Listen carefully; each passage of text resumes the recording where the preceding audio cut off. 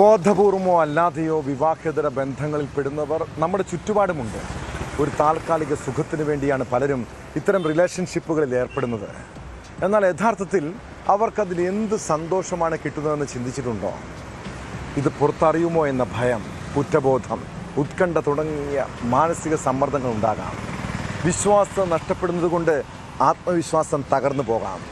ദാമ്പത്യ തർക്കം, വിവാഹമോചനം തുടങ്ങിയ പ്രശ്നങ്ങൾ, കുടുംബകലഹം മക്കളുടെ ജീവിതത്തെയും ബാധിക്കാം. ഇതോടൊപ്പം സമൂഹത്തിൽ ഉണ്ടാകുന്ന അപകീർത്തിയും അപമാനവും. പത്തനംതിട്ട ചിറ്റാറിലെ സന്ദീപിൻ്റെ കൊലപാതകവും വർക്കലയിൽ യുവാവിനെ ആക്രമിച്ച കേസും വഴിവിട്ട ബന്ധത്തിൻ്റെ തുടർച്ചയാണ്.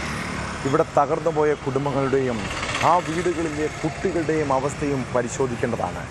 ആ വാർത്തകളിലേക്കാണ് പോലീസ് പട്രോൾ ആദ്യം പോകുന്നത്. സ്വാഗതം.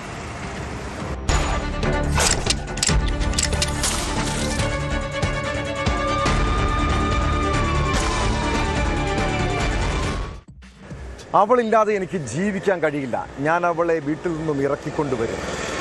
പത്തനംതിട്ട ചിറ്റാറിലെ സന്ദീപ് എന്ന യുവാവ് കഴിഞ്ഞ ദിവസം വീട്ടിൽ നിന്ന് പോയത് ഇങ്ങനെ പറഞ്ഞാണ്. പിന്നീട് ബന്ധുക്കൾ കേട്ടത് ആ ചെറുപ്പക്കാരൻ്റെ മരണവാർത്ത. വിവാഹിതയായ യുവതിയുമായുള്ള അടുപ്പത്തിൻ്റെ പേരിൽ യുവതിയുടെ പിതാവും സുഹൃത്തും ചേർന്ന് സന്ദീപിനെ കൊലപ്പെടുത്തിയെന്നാണ് പോലീസ് കേസ്. സംഭവത്തിൽ പത്തനംതിട്ട അട്ടത്തോട് സ്വദേശി കൃഷ്ണൻകുട്ടി, സുഹൃത്ത് ഗോപി എന്നിവർ അറസ്റ്റിലായി. ഞായറാഴ്ച രാത്രി 9 മണിക്കാണ് സന്ദീപിനെ ആളൊഴിഞ്ഞ വീടിന് സമീപമുള്ള കുഴിയിൽ അവശനിലയിൽ കണ്ടെത്തിയത്. പ്രതികൾ സഞ്ചരിച്ച വാഹനത്തിൽ നിന്ന് നാടൻ തോക്ക് ഉൾപ്പെടെയുള്ള ആയുധങ്ങളും പോലീസ് പിടിച്ചെടുത്തു.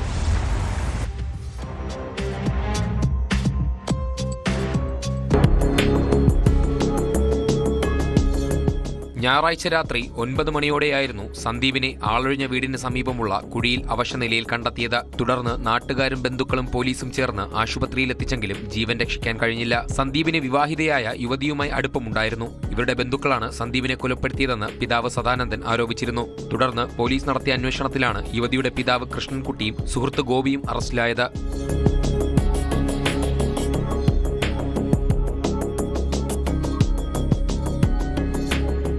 CCTV കേന്ദ്രീകരിച്ച് പോലീസ് നടത്തിയ അന്വേഷണത്തിൽ സന്ദീപിനെ കണ്ടെത്തിയ സ്ഥലത്തു നിന്നും പ്രതികളുടെ സാന്നിധ്യം വ്യക്തമായിരുന്നു. പ്രതികൾ സഞ്ചരിച്ച വാഹനത്തിൽ നിന്നും നാടൻ തോക്കുൾപ്പെടെയുള്ള ആയുധങ്ങളും പോലീസ് കണ്ടെത്തി. തുടർന്നുള്ള ചോദ്യം ചെയ്യലിൽ പ്രതികൾ കുറ്റം സമ്മതിച്ചു. പോസ്റ്റ്മോർട്ടം റിപ്പോർട്ടിലും ക്രൂരമായ മർദ്ദനമേറ്റാണ് സന്ദീപ് കൊലപ്പെട്ടതെന്ന് കണ്ടെത്തി. തുടർന്നാണ് പ്രതികളുടെ അറസ്റ്റ് രേഖപ്പെടുത്തിയത്. നാടൻ തോക്കും ആയുധങ്ങളും കണ്ടെത്തിയ സാഹചര്യത്തിൽ ആംസ് ആക്ട് പ്രകാരം കേസെടുത്തിട്ടുണ്ട്.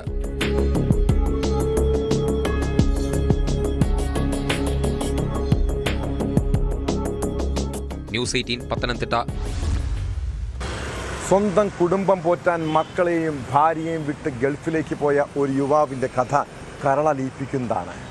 തിരുവനന്തപുരം വർക്കല സ്വദേശി അനു ഏതാനും ദിവസങ്ങൾക്ക് മുൻപ് നാട്ടിലെത്തിയപ്പോഴാണ് ഭാര്യയ്ക്ക് മറ്റൊരാളുമായി ബന്ധമുണ്ടെന്നറിയുന്നത്. ഇതോടെ കുടുംബത്തിൽ പ്രശ്നമായി. പിന്നീട് ഭാര്യയുടെ കാമുകൻ്റെ വീട്ടിലെത്തി അയാളത് ചോദ്യം ചെയ്തു. അതിനിടെ അനുവിന് നേരെ ക്രൂരമായ ആക്രമണം. സ്വന്തം അമ്മയുടെയും മക്കളുടെയും മുന്നിലിട്ടാണ് ഭാര്യയുടെ ആൺസുഹൃത്ത് യുവാവിനെ കുത്തി പരിക്കേൽപ്പിച്ചത്. സംഭവത്തിന് ശേഷം ഒളിവിൽ പോയ പ്രതിയെ പോലീസ് അറസ്റ്റ് ചെയ്തു. വർക്കല സ്വദേശി കിരണാണ് പിടിയിലായത്. ശ്വാസകോശത്തിന് ഗുരുതര പരിക്കുകളോടെ അനു തിരുവനന്തപുരം മെഡിക്കൽ കോളേജിൽ ചികിത്സയിലാണ്.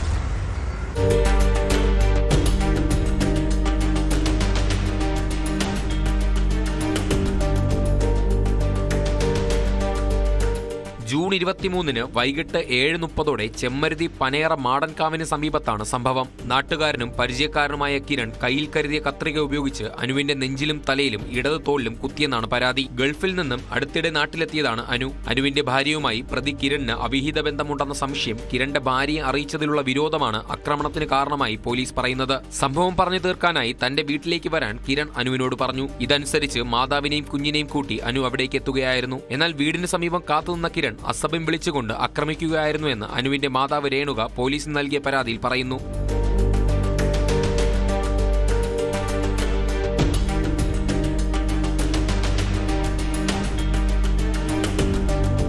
അനുവിനെ ആദ്യം പാരിപ്പള്ളി മെഡിക്കൽ കോളേജ് ആശുപത്രിയിലും തുടർന്ന് നില ഗുരുതരമായതോടെ തിരുവനന്തപുരം മെഡിക്കൽ കോളേജ് ആശുപത്രിയിലും പ്രവേശിപ്പിക്കുകയായിരുന്നു. ഒളിവിൽ പോയ പ്രതിയെ ഒളിത്താവളത്തിൽ നിന്ന് അതിസാഹസികമായാണ് അയിരൂർ പോലീസ് പിടികൂടിയത്. കോടതിയിൽ ഹാജരാക്കി പ്രതിയെ റിമാൻഡ് ചെയ്തു.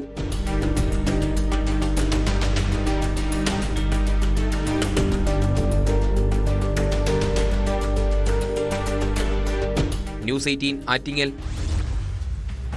യൂട്യൂബറും സാമൂഹ്യ പ്രവർത്തകനുമായ ഖാദർ കരിപ്പൊടി അറിയാത്തവർ ചുരുക്കമാണ്. കാഴ്ചയിൽ വലിയ മാന്യൻ, എന്നാൽ ഇയാളുടെ തനി സ്വഭാവത്തെക്കുറിച്ച് കൂടി അറിയണം. പോലീസിനെ ആക്രമിച്ച കേസ് മുതൽ ഗുണ്ടായിസം വരെയുണ്ട്. കഴിഞ്ഞ ദിവസം കാസർഗോഡ് ടൗണിൽ വെച്ചുണ്ടായ പ്രശ്നത്തിനിടെ ഖാദറും സുഹൃത്തുക്കളും ചേർന്ന് ഒരു യുവാവിനെ ക്രൂരമായി മർദ്ദിച്ചു.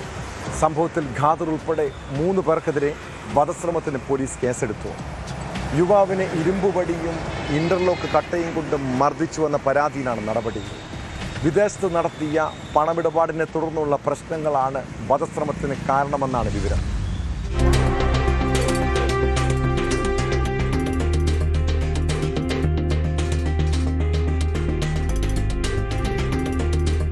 യൂട്യൂബറും സാമൂഹ്യ പ്രവർത്തകനുമായ അബ്ദുൽ ഖാദർ എന്ന ഖാദർ കരിപ്പൊടിക്കെതിരെ നരഹത്യാ ശ്രമത്തിനടക്കം ജാമ്യമില്ലാ വകുപ്പ് പ്രകാരമാണ് കാസർഗോഡ് ടൗൺ പോലീസ് കേസെടുത്തത്. ഖാദറും റാഷിദ് എന്ന സാക്കി അഷ്റഫും ചേർന്ന് പള്ളിക്കര കണ്ണംകുളം സ്വദേശി KM അബ്ദുൽ അഹദിനെ മർദ്ദിച്ച് അവശനാക്കിയെന്നാണ് പരാതി.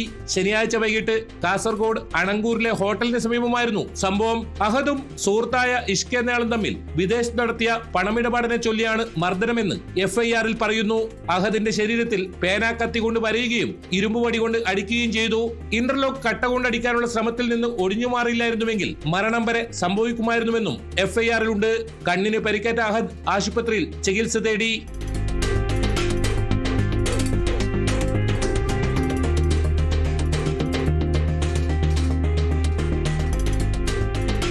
അതേസമയം സാമ്പത്തിക ഇടപാടുമായി ബന്ധപ്പെട്ട് ചോദ്യം ചെയ്യലിൽ പ്രകോപിതനായ അബ്ദുൽ അഹദ് തനിക്കെതിരെ അക്രമം അഴിച്ചുവിടുകയായിരുന്നുവെന്നാണ് ഖാദർ കരിപ്പൊടി പറയുന്നത്. നിയമ നടപടിയുമായി മുന്നോട്ടു പോകുമെന്നും ഖാദർ കരിപ്പൊടി വ്യക്തമാക്കി. ഖാദറിനെതിരെ കാസർഗോഡ് ടൗൺ, ബദിയടുക്ക, വിദ്യാനഗർ പോലീസ് സ്റ്റേഷനുകളിൽ കേസുകളുണ്ട്. കേരളത്തിലെ ഓൺലൈൻ ഇൻഫ്ലുവൻസർമാരുടെ സംഘടനയായ കിക്കിന്റെ സ്ഥാപക നേതാവ് കൂടിയാണ് ഖാദർ കരിപ്പൊടി. നേരത്തെ പോലീസിനെ ആക്രമിച്ച കേസിൽ കോടതി ഇയാളെ റിമാൻഡ് ചെയ്തിരുന്നു.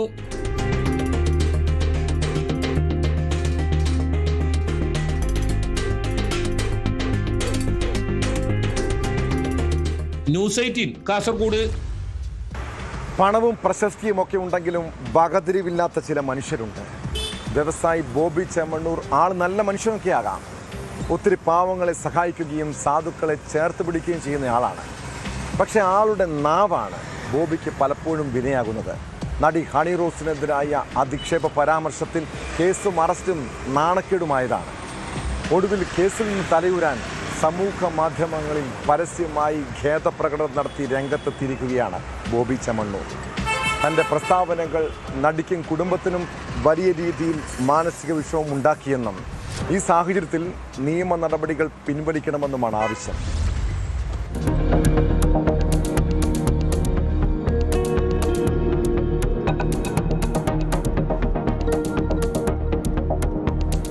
എല്ലാവരോടും സ്നേഹത്തോടെയും ബഹുമാനത്തോടെയും മാത്രം പെരുമാറാൻ ആഗ്രഹിക്കുന്ന വ്യക്തിയാണ് താനെന്നും ആരെയും മനഃപൂർവ്വം വേദനിപ്പിക്കാൻ ശ്രമിച്ചിട്ടില്ലെന്നും പറഞ്ഞാണ് ബോബി ചെമ്മണ്ണൂരിന്റെ സോഷ്യൽ മീഡിയ പോസ്റ്റ്. താൻ ഒരിക്കലും മനഃപൂർവ്വം ആരെയും ഉപദ്രവിക്കുകയോ മോശമായി പെരുമാറുകയോ ചെയ്തിട്ടില്ല. ഒപ്പം സാധ്യമാകുമ്പോഴെല്ലാം മറ്റുള്ളവരെ സഹായിക്കാൻ ശ്രമിക്കാറുണ്ട്. എപ്പോഴും സോഷ്യൽ മീഡിയയിൽ തമാശകളും രസകരമായ ഉള്ളടക്കങ്ങളും പങ്കുവെക്കാനുണ്ടെന്നത് ശരിയാണ്. എന്നാൽ അവയൊന്നും ആരെയും അപമാനിക്കാനോ വേദനിപ്പിക്കാനോ വിഷമിപ്പിക്കാനോ ഉള്ള ഉദ്ദേശത്തോടെ ചെയ്തതല്ല. ഹണി റോസിനെ കുറിച്ച് താൻ നടത്തിയ പ്രസ്താവനകൾ അവർക്കും അവരുടെ കുടുംബത്തിനും വലിയ മാനസിക വിഷമം ഉണ്ടാക്കിയതായി മനസ്സിലാക്കുന്നു. താൻ വരുത്തിവെച്ച ബുദ്ധിമുട്ടുകൾക്ക് ആത്മാർത്ഥമായി ക്ഷമ ചോദിക്കുന്നു. തന്റെ ഭാഗത്തുനിന്നുണ്ടായ തെറ്റ് തിരിച്ചറിഞ്ഞ് നൽകിയ ഈ ക്ഷമാപണം സ്വീകരിച്ച് ഹണി റോസ് കേസ് പിൻവലിക്കാൻ തയ്യാറാകുമെന്നാണ് പ്രതീക്ഷിക്കുന്നതെന്നും ഈ വിഷയം മാനുഷിക പരിഗണനയോടെ കാണണമെന്നും അദ്ദേഹം അഭ്യർത്ഥിച്ചു. വിവാദങ്ങൾക്കപ്പുറം പോസിറ്റീവായി മുന്നോട്ടു പോകാനാണ് താൻ ആഗ്രഹിക്കുന്നതെന്നും ബോബി വ്യക്തമാക്കി.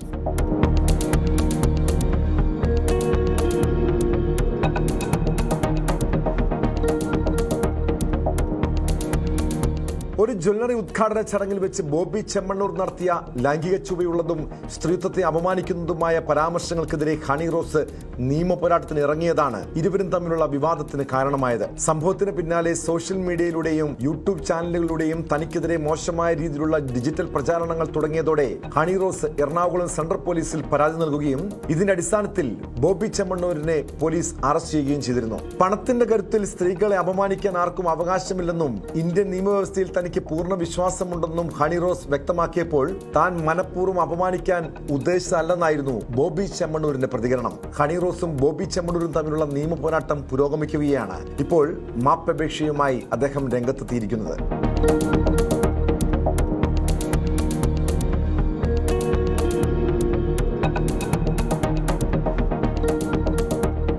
ന്യൂസ് 18 കൊച്ചി.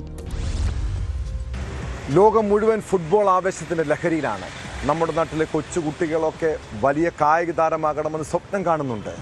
അതിനായി അവർക്ക് പരിശീലനം നൽകുന്ന കോച്ചുമാരാണ് കുട്ടികളുടെ സ്വപ്നങ്ങൾക്ക് ചിറക് വയ്ക്കുന്നത്. എന്നാൽ ഇങ്ങനെ കുഞ്ഞുങ്ങളെ വളർത്തിയെടുക്കുന്നതിന് പകരം അവരുടെ ഭാവിയും പ്രതീക്ഷയും എല്ലാം തകർത്ത ഒരു പരിശീലകനുണ്ട് തിരുവനന്തപുരത്ത്. ക്രിക്കറ്റ് പരിശീലനത്തിനായി എത്തിയ വിദ്യാർത്ഥിനികളെ പീഡിപ്പിച്ച കേസിലെ പ്രതി. 4ാമത്തെ പോക്സോ കേസിലും ഇയാൾക്ക് കോടതി ശിക്ഷ വിധിച്ചിരിക്കുന്നു. തിരുവനന്തപുരം വള്ളക്കടവ് സ്വദേശി മനുവിന് 28 വർഷം കഠിന തടവാണ് ശിക്ഷ. ഇതോടെ 4 കേസുകളിലുമായി ആകെ 127 വർഷം ശിക്ഷ അനുഭവിക്കണമെന്നാണ് കോടതി വിധി.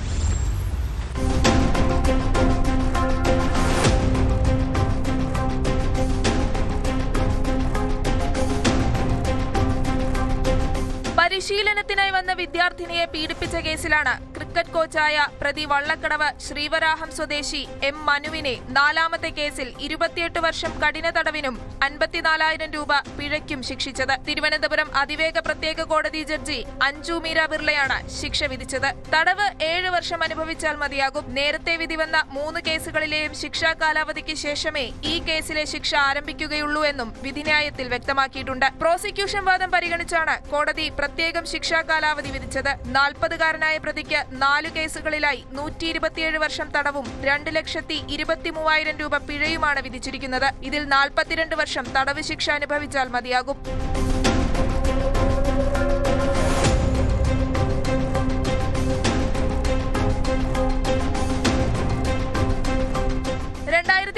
ജൂണിലാണ് കുട്ടി തിരുവനന്തപുരത്തെ പ്രമുഖ ക്രിക്കറ്റ് പരിശീലന കേന്ദ്രത്തിലെത്തിയത്. പരിശീലനത്തിനെന്ന് പറഞ്ഞ് ജിമ്മിലേക്കും ഫിറ്റ്നസിന്റെ ഭാഗമാണെന്ന് പറഞ്ഞ് ശുചിമുറിയിലേക്കും മറ്റും കൊണ്ടുപോയാണ് കുട്ടിയെ ലൈംഗികമായി പീഡിപ്പിച്ചത്. ഫിറ്റ്നസിന്റെ ഭാഗമെന്ന് പറഞ്ഞ് കുട്ടിയുടെ നഗ്ന ഫോട്ടോയും പ്രതിയെടുത്തു. പിന്നാലെ വിഷാദരോഗത്തിലായ കുട്ടി 2021 പരിശീലനം അവസാനിപ്പിച്ചു. പീഡനത്തിൽ മനംനൊന്ത് കുട്ടി ആത്മഹത്യാശ്രമവും നടത്തിയിരുന്നു. ക്രിക്കറ്റ് ഭാവി തുലയ്ക്കുമെന്ന് പ്രതി ഭീഷണിപ്പെടുത്തിയിരുന്നതിനാൽ കുട്ടി വിവരങ്ങളൊന്നും പുറത്തു പറഞ്ഞിരുന്നില്ല. 2024 തിരുവനന്തപുരത്ത് പെൺകുട്ടികളുടെ ക്രിക്കറ്റ് ടൂർണമെന്റിൽ പങ്കെടുക്കാനെത്തിയ മറ്റൊരു പെൺകുട്ടി മനുവിനെ കണ്ട് ഭയന്ന് നിലവിളിച്ചതോടെയാണ് പീഡന വിവരം പുറത്തറിയുന്നത്. ഈ കുട്ടിയുടെ പരാതി പുറത്തറിഞ്ഞതോടെയാണ് മറ്റു കുട്ടികൾക്കും പ്രതിക്കെതിരെ കേസ് കൊടുക്കാനുള്ള ധൈര്യം ലഭിച്ചത്. തുടർന്ന് പ്രതി മനുവിനെതിരെ 6 കേസുകൾ രജിസ്റ്റർ ചെയ്തു. ഇതിൽ 4 കേസുകളിലും ശിക്ഷിച്ചു. ബാക്കി 2 കേസുകളുടെ ശാസ്ത്രീയ പരിശോധനാ ഫലം കിട്ടിയതിനു ശേഷം മാത്രമേ വിസ്താരം ആരംഭിക്കുകയുള്ളൂ. പ്രോസിക്യൂഷന് വേണ്ടി special public prosecutor RS Vijay Mohan ഹാജരായി. Cantonment police inspector Prajeesh Sasi, sub ഇൻസ്പെക്ടർമാരായ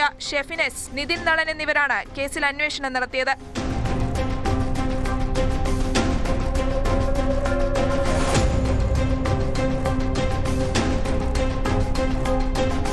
news 18 Thiruvananthapuram.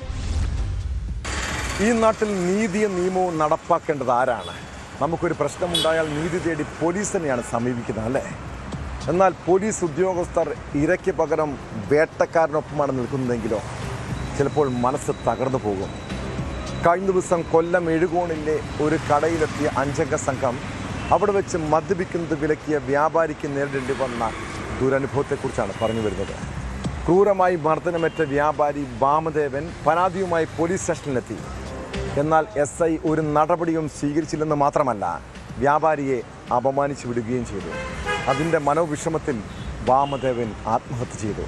ആത്മഹത്യക്കുറിപ്പ് പുറത്തു വന്നതോടെ എഴുകോൺ സ്റ്റേഷനിലെ ഗ്രേഡ് SI സന്തോഷിനെ സസ്പെൻഡ് ചെയ്തു. കേസിൽ മുഴുവൻ പ്രതികളും ഇപ്പോൾ പോലീസിൻ്റെ കസ്റ്റഡിയിലുണ്ട്.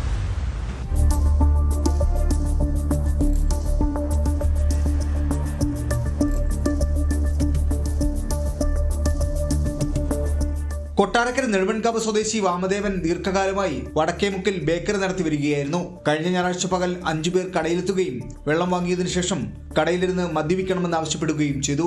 ഇത് വാമദേവൻ വിലക്കിയതോടെ തർക്കമായി. മദ്യപാനം തടഞ്ഞതിലുള്ള വിരോധത്താൽ വാമനനെ സംഘം ചേർന്ന് അക്രമികൾ ക്രൂരമായി മർദ്ദിക്കുകയായിരുന്നു.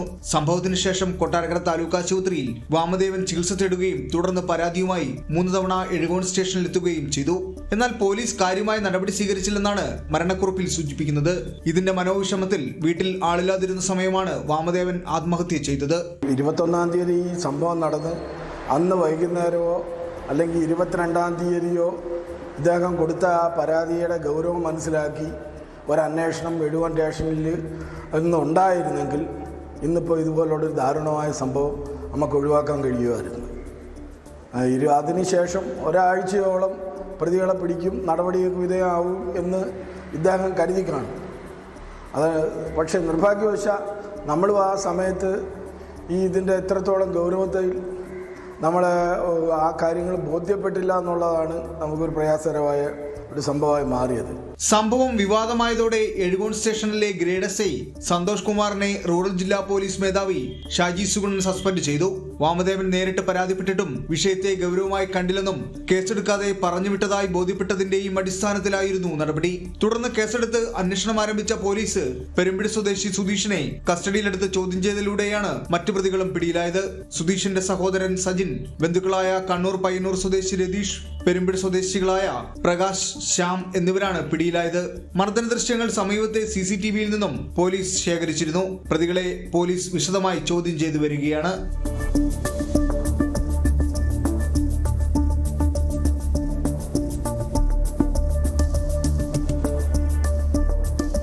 ന്യൂസ് 18 കൊല്ലം.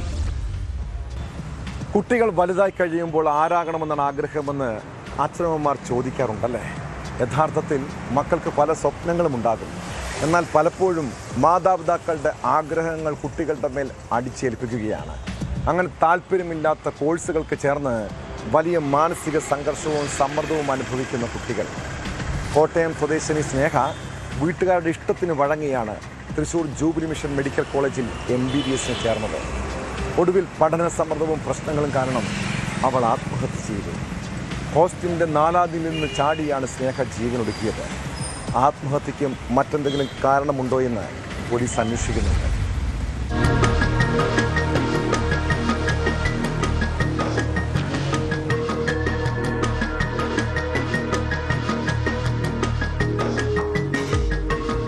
തൃശൂർ ജൂബിലി മിഷൻ മെഡിക്കൽ കോളേജിലെ 1ാം വർഷ MBBS വിദ്യാർത്ഥിനി സ്നേഹ പൗലോസിനെ രാവിലെയാണ് കെട്ടിടത്തിൽ നിന്ന് ചാടി ജീവനൊടുക്കിയ നിലയിൽ കണ്ടെത്തിയത്. ആശുപത്രിയുടെ തൊട്ടുപിറകിലുള്ള പെൺകുട്ടികളുടെ ഹോസ്റ്റലിന്റെ 4ാം നിലയിൽ നിന്ന് സ്നേഹ താഴേക്ക് ചാടുകയായിരുന്നു. ഇത് 3ാം നിലയിൽ നിൽക്കുകയായിരുന്ന കുട്ടി കണ്ടയുടൻ തന്നെ മറ്റുള്ളവരെ അറിയിച്ച് ആശുപത്രിയിൽ എത്തിച്ചു. എന്നാൽ ജീവൻ രക്ഷിക്കാനായില്ല. മൃതദേഹം ആശുപത്രിയുടെ അത്യാഹിത വിഭാഗത്തിൽ സൂക്ഷിച്ചിരിക്കുകയാണ്.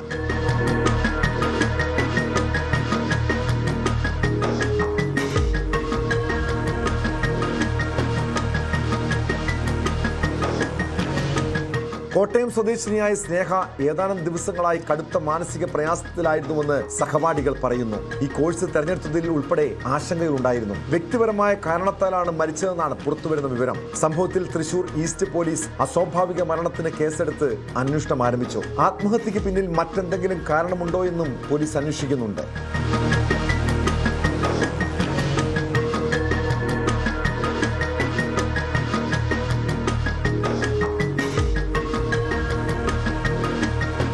ന്യൂസ് 18 തൃശൂർ. കുടുംബസമേതം ദൂരയാത്രയ്ക്ക് പോകുന്നവരുടെ ശ്രദ്ധയ്ക്ക്, പ്രത്യേകിച്ചും മറ്റ് സംസ്ഥാനങ്ങളിലേക്കാണ് പോകുന്നതെങ്കിൽ രാത്രി സമയങ്ങളിലുള്ള യാത്ര ഒഴിവാക്കണം കേട്ടോ. കാരണം അപരിചിതമായ സ്ഥലമാണ്. പലയിടത്തും അക്രമികളും കൊള്ള സംഘങ്ങളും പതിയിരിക്കുന്നുണ്ട്.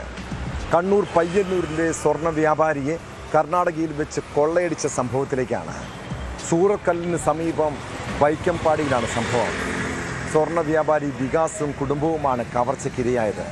മഹാരാഷ്ട്രയിൽ വിവാഹത്തിൽ പങ്കെടുത്ത് മടങ്ങവെയാണ് 22 ലക്ഷം രൂപയോളം വില വരുന്ന സ്വർണവും വിലപിടിപ്പുള്ള സാധനങ്ങളും കാറടക്കം കൊള്ളയടിച്ചത്.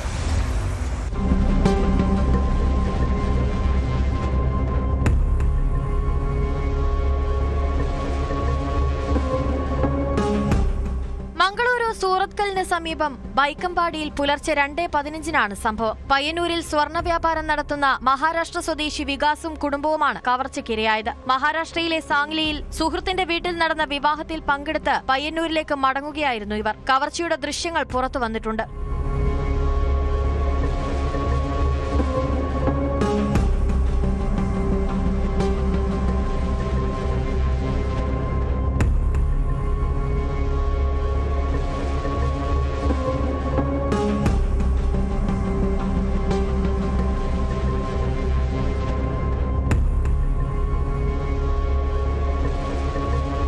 ബൈക്കമ്പാടി ജംഗ്ഷനിലെത്തിയപ്പോൾ കാറിലെത്തിയ 7-അംഗ സംഘം വികാസും കുടുംബവും സഞ്ചരിച്ച കാർ തടഞ്ഞു നിർത്തി. തുടർന്ന് വികാസിന്റെ കാർ തട്ടിക്കൊണ്ടുപോവുകയായിരുന്നു. കാറിൽ ബാഗിലായി 22 ലക്ഷം രൂപയോളം വില വരുന്ന 180 ഗ്രാം സ്വർണമുണ്ടായിരുന്നു. കൊള്ളസംഘം എത്തിയത് കേരള രജിസ്ട്രേഷൻ കാറുകളിലാണെന്നാണ് സൂചന. വികാസിന്റെ കാർ കണ്ടെത്താൻ സാധിച്ചിട്ടില്ല. വികാസിന് സാംഗ്ലിയിലും സ്വർണ്ണക്കടയുണ്ട്. സംഭവത്തിൽ പോലീസ് അന്വേഷണം ആരംഭിച്ചു. CCTV ദൃശ്യങ്ങൾ കേന്ദ്രീകരിച്ചാണ് അന്വേഷണം പുരോഗമിക്കുന്നത്. പ്രതികളെക്കുറിച്ച് സൂചന ലഭിച്ചുവെന്നാണ് സൂറത്കൽ പോലീസ് നൽകുന്ന വിവരം.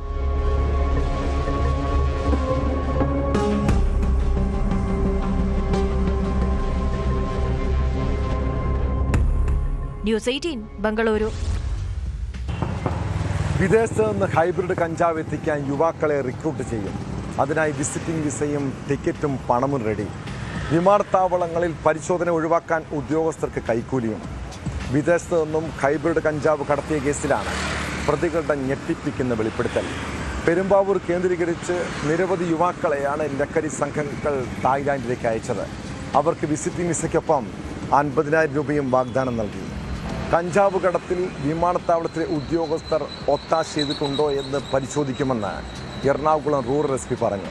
കേസുമായി ബന്ധപ്പെട്ട് ഒരാളെ കൂടി പോലീസ് അറസ്റ്റ് ചെയ്തു. ഇതിന് പുറമെ മലപ്പുറം കൊളത്തൂരിലും കൊല്ലം പത്തനാപുരത്തും വൻ ലഹരി വേട്ട നടന്നു.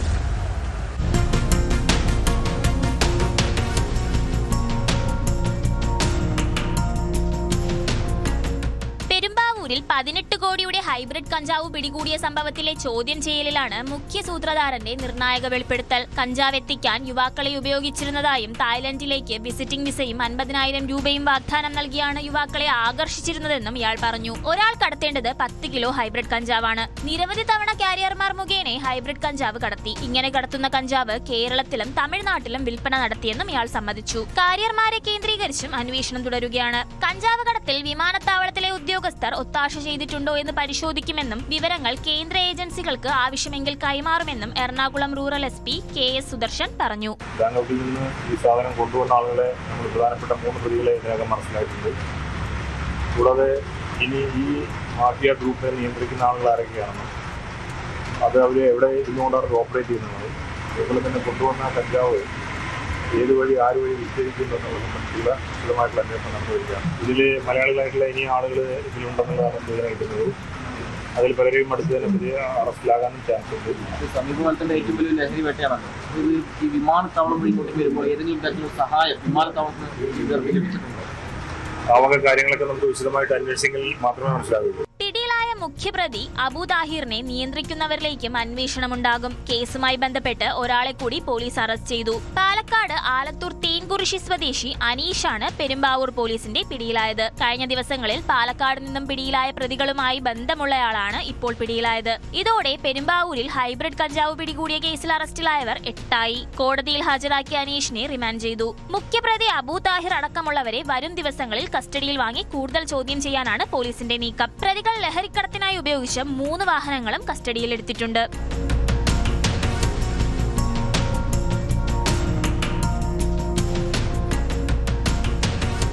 മലപ്പുറം കൊളത്തൂർ പലകപ്പറമ്പിൽ രഹസ്യവിവരത്തിന്റെ അടിസ്ഥാനത്തിലായിരുന്നു പരിശോധന. 97 ഗ്രാം MDMA-യുമായി തിരൂർ പൊന്മുണ്ടം സ്വദേശി സക്കീർ ഹുസൈനാണ് ഡാൻസ് ഓഫ് സംഘത്തിന്റെ പിടിയിലായത്. ദിവസങ്ങൾക്ക് മുമ്പ് ഒരു വിദ്യാർത്ഥിയിൽ നിന്നും MDMA പിടികൂടിയ കേസിന്റെ തുടരന്വേഷണമാണ് സക്കീർ ഹുസൈനിലേക്ക് എത്തിച്ചത്. ഇയാളെ ദിവസങ്ങളായി നിരീക്ഷിച്ചു വരികയായിരുന്ന പോലീസ് ലഹരി വിൽപ്പനയ്ക്കായി പോകുന്നതിനിടെയാണ് പിടികൂടിയത്. ഇയാൾ മുൻപും ലഹരി കേസുകളിൽ പ്രതിയായിട്ടുണ്ടെന്ന് പോലീസ് അറിയിച്ചു.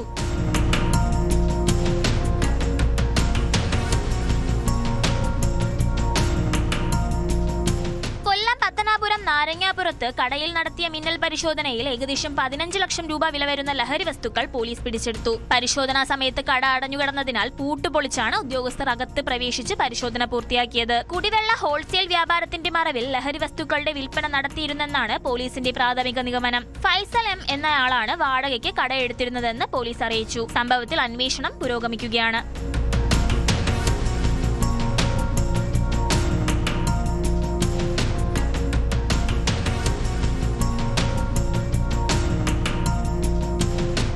വിവിധ ബ്യൂറോകൾക്കൊപ്പം ന്യൂസ് ഡെസ്ക് ന്യൂസ് 18. കേരളത്തിലെ നിരത്തുകളിൽ നിയമലംഘനങ്ങൾ നടത്തുന്ന നിരവധി വാഹനങ്ങളുണ്ട്.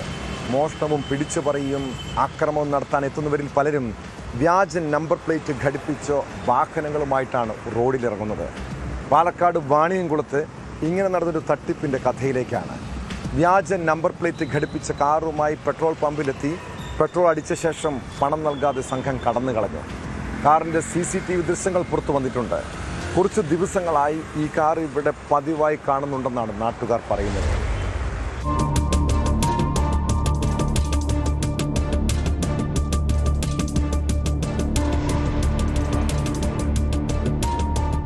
വാണിയംകുളം ടൗണിലെ ഇന്ത്യൻ ഓയിൽ പെട്രോൾ പമ്പിലായിരുന്നു തട്ടിപ്പ് നടന്നത്. 500 രൂപയ്ക്ക് പെട്രോൾ നിറച്ച ശേഷം ഡെബിറ്റ് കാർഡ് നൽകിയവർ പിൻ നമ്പർ നൽകാതെ കടന്നുകളഞ്ഞതായി പമ്പിലെ ജീവനക്കാർ പറഞ്ഞു. CCTV ദൃശ്യങ്ങൾ പരിശോധിച്ച് വാഹന നമ്പറിനെ കുറിച്ച് അന്വേഷിച്ചപ്പോഴാണ് ബൈക്കിന്റെ രജിസ്ട്രേഷൻ നമ്പറാണെന്ന് പമ്പുടമയ്ക്ക് മനസ്സിലായത്. ഉടനെ ഒറ്റപ്പാലം പോലീസിൽ പരാതി നൽകുകയായിരുന്നു.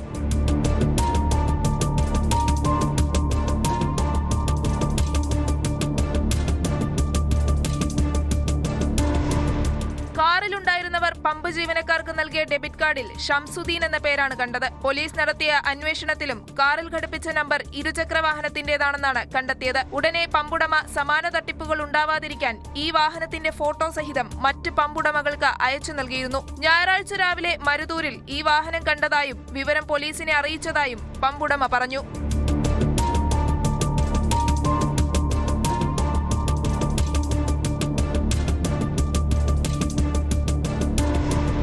ന്യൂസ് 18 പാലക്കാട്. മോഷ്ടാക്കളെ കൊണ്ട് നാട്ടുകാർ പൊറുതിമുട്ടിയിരിക്കുകയാണ്. സംസ്ഥാനത്തിന് വിവിധയിടങ്ങളിൽ ക്ഷേത്രങ്ങൾ മുതൽ മദ്യവിൽപ്പനശാലയിൽ വരെയും കള്ളം കയറി. കോട്ടയം കുറവിലങ്ങാട് ബിവറേജിൽ നിന്ന് 25,000 രൂപയും മദ്യക്കുപ്പികളും മോഷണം പോയതാണ് പ്രാഥമിക വിവരം. അതിനിടെ തിരുവനന്തപുരം പാറശാലയിൽ ക്ഷേത്രങ്ങൾ കുത്തിത്തുറന്ന് മോഷണം നടത്തിയ കേസുമുണ്ടായി. പരശുവെക്കലിലെ ക്ഷേത്രത്തിൽ നിന്ന് സ്വർണവും പണവുമാണ് നഷ്ടപ്പെട്ടത്. കാട്ടാക്കടയിൽ മുസ്ലിം പള്ളിയുടെ കാണിക്ക വഞ്ചി കുത്തിത്തുറന്ന് പണം അപഹരിച്ചു. കോഴിക്കോട് മുക്കം മാർക്കറ്റിലെ കോഴിക്കടയിലും മോഷണം നടന്നു.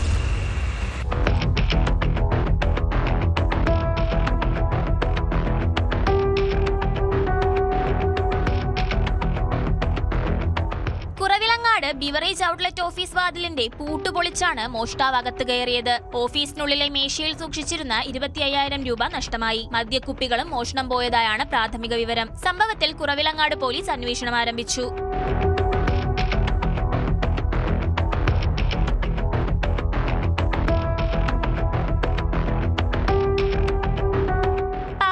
പരശുവെക്കലിൽ ക്ഷേത്രങ്ങൾ കുത്തിത്തുറന്നാണ് കവർച്ച നടത്തിയത്. പരശുവെക്കൽ മല്ലികശ്ശേരി യക്ഷിയമ്മൻ ക്ഷേത്രത്തിലും സമീപത്തെ കോട്ടയ്ക്കകം ശ്രീ മഹാദേവ ക്ഷേത്രത്തിലുമായിരുന്നു മോഷണം. ശ്രീകോവിൽ ഉൾപ്പെടെ കുത്തിത്തുറന്നു. മല്ലികശ്ശേരി ക്ഷേത്രത്തിലെ കാണിക്കവഞ്ചിയിൽ നിന്ന് ഉത്സവത്തിന് സമാഹരിച്ചിരുന്ന മുഴുവൻ പണവും കവർന്നു. ഇവിടെ 3 മാസത്തിനിടയിൽ രണ്ടാമത്തെ തവണയാണ് മോഷണം നടക്കുന്നത്. മഹാദേവ ക്ഷേത്രത്തിലെ സ്റ്റോർ ഉൾപ്പെടെ തകർത്ത മോഷ്ടാവ് സ്വർണവും പണവും കവർന്നു. സമീപത്തെ വീടുകളിലും മോഷണ ശ്രമം നടന്നിട്ടുണ്ട്. കോട്ടയ്ക്കം ഭാഗത്ത് മല്ലികശ്ശേരി യക്ഷിയമ്മൻ ക്ഷേത്രത്തിൽ ഇതിനു മുമ്പ് മോഷണം പോയി, വീണ്ടും മോഷണം പോയിരിക്കുകയാണ്. ഈ ഭാഗം മുഴുവൻ വ്യാപകമായ മോഷണമാണ്. വീടുകൾ ഇതിനു മുമ്പ് ഒരു പ്രാവശ്യം വീടുകൾ 2-3 വീട് കുത്തിപ്പൊളിച്ച് കയറി മോഷണ ശ്രമം നടത്തി. യക്ഷിയമ്മൻ ക്ഷേത്രത്തിലെ ഉത്സവമായിരുന്നു. ഉത്സവത്തിന് ശേഷം നട അടച്ചിട്ടിരിക്കുകയായിരുന്നു. ഇന്ന് നോക്കിയപ്പോൾ കാണിക്ക വഞ്ചി കുത്തിത്തുറന്ന് ഉള്ള പൈസയെല്ലാം കൊണ്ടുപോയിരിക്കുന്നു. ഇവിടെ ചുറ്റുപാടും മോഷണമാണ്. ഇതിനു മുമ്പും ഒരു ദിവസം ഇതേപോലെ കാണിക്ക വഞ്ചി പൊട്ടിച്ചുകൊണ്ട് പോയി. സമീപത്ത് ഒരു യക്ഷിയമ്മൻ ക്ഷേത്രമുണ്ട്. അവിടെ വന്ന് ഇതേപോലെ കാണിക്ക വഞ്ചി എല്ലാം കുത്തി പൊട്ടിച്ച് അവിടെ ഓഫീസിലിരുന്ന പൈസകളൊക്കെ എടുത്തിട്ട് പോയി. കാട്ടാക്കട കൂന്താണിയിലെ കിള്ളി നൂറുൽ ഇസ്ലാം ജമാഅത്ത് നമസ്കാരപ്പള്ളിയുടെ കാണിക്ക വഞ്ചി കുത്തിത്തുറന്നും പണം അപഹരിച്ചു. പുലർച്ചെ 2:40ഓടെയാണ് സംഭവം. ബൈക്കിലെത്തിയ മോഷ്ടാവ് കാണിക്ക വഞ്ചിയുടെ പൂട്ട് പൊട്ടിച്ച് മോഷണം നടത്തുന്നത് CCTV ദൃശ്യങ്ങളിൽ വ്യക്തമാണ്. 6 മാസത്തിൽ ഒരിക്കൽ മാത്രമാണ് കാണിക്ക വഞ്ചി തുറന്ന് പണം ശേഖരിക്കാറുള്ളത്. CCTV ദൃശ്യങ്ങൾ കേന്ദ്രീകരിച്ച് പ്രതിക്കായി അന്വേഷണം ഊർജിതമാക്കിയതായി പോലീസ് വ്യക്തമാക്കി.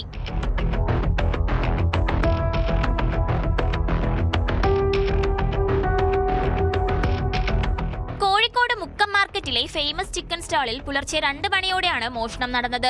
കടയിലെ ജീവനക്കാരൻ നെയ്യാറ്റിങ്കര സ്വദേശി ഗിരീഷാണ് മോഷണം നടത്തിയത്. മോഷണത്തിന്റെ CCTV ദൃശ്യം പോലീസിന് ലഭിച്ചിട്ടുണ്ട്. കടയിൽ നിന്നും 32,000 രൂപയും ജീവനക്കാർ താമസിച്ചിരുന്ന മുറിയിൽ നിന്നും മറ്റൊരു ജീവനക്കാരനായ ബംഗാൾ സ്വദേശി യാമിന്റെ മൊബൈൽ ഫോണും രേഖകളടങ്ങുന്ന പേഴ്സും നഷ്ടമായി. കട ഉടമ ആബിദിന്റെ പരാതിയിൽ പോലീസ് കേസെടുത്ത് അന്വേഷണം ആരംഭിച്ചു. വിരലടയാള വിദഗ്ധരും ഡോഗ് സ്ക്വാഡും സ്ഥലത്തെത്തി പരിശോധന നടത്തി.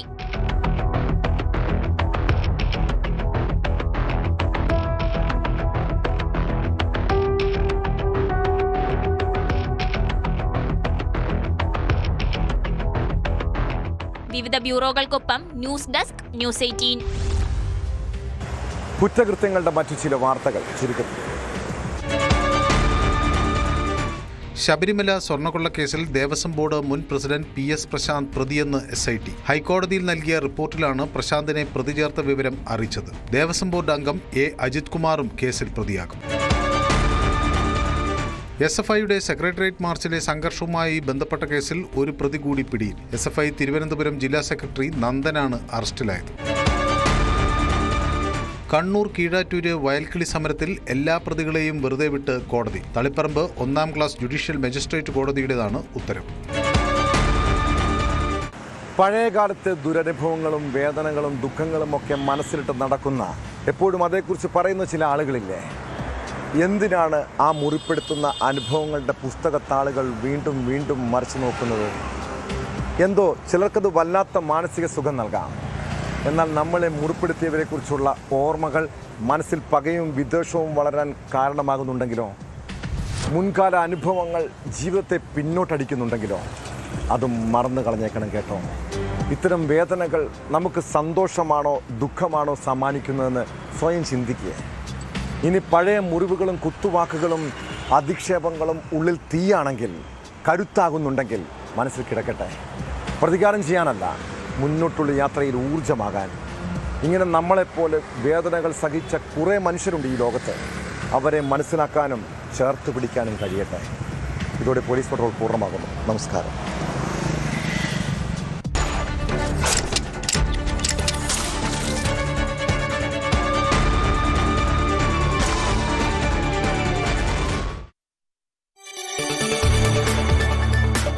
കൂടുതൽ വാർത്തകൾക്ക് News 18 Keralam YouTube channel subscribe ചെയ്യുക.